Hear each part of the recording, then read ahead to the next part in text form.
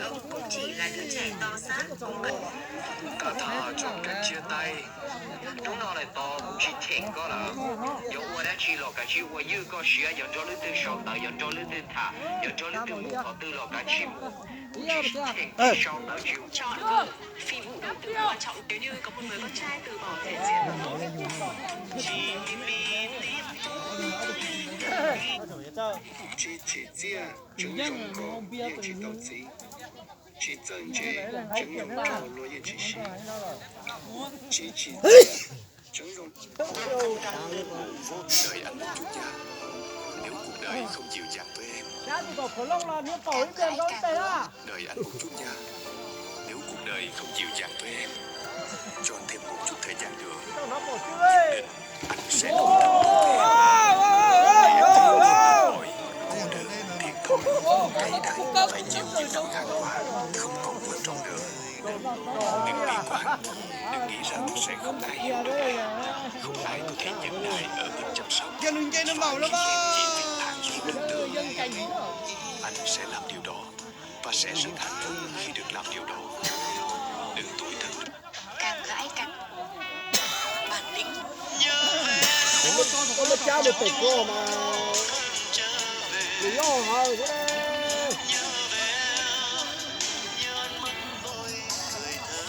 sao mà học khô rồi mà không cho hỏi đây tôi đi tìm mà tuổi đây một tàu rồi cho phú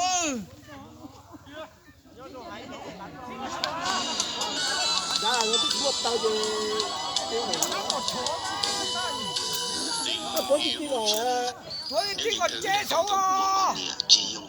Xin chào à.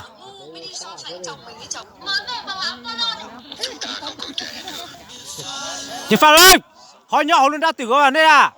Ô, bún nuôi tới chuối rồi cả mà. Xin cho ca vậy rồi.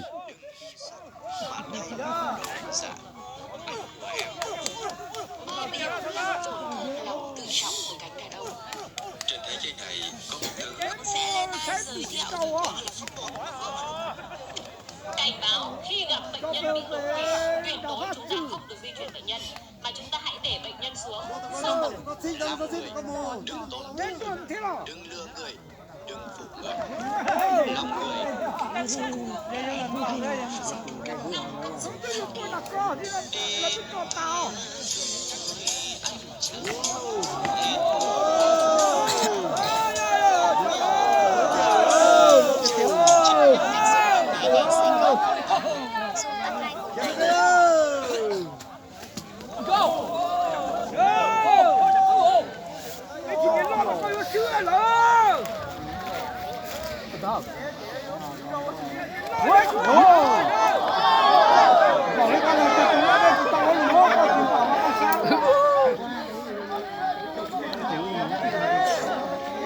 Giá đây mà nè à, nhưng mà giá đây chỉ bỏ đũa rồi.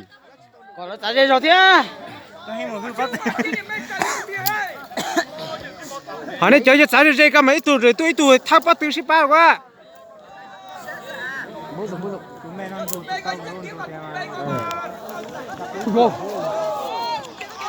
tất cả người cả mà chụp của mà cũng lo tôi mà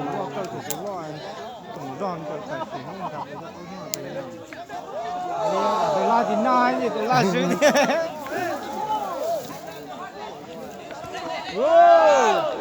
Thế còn rau mà tụi mày chỉ bún đủ liao tụi mày con à. tôi lo sự đấy tôi lo sự Kìa rồi, hỏi nhóc bị kế con ơi. đừng lo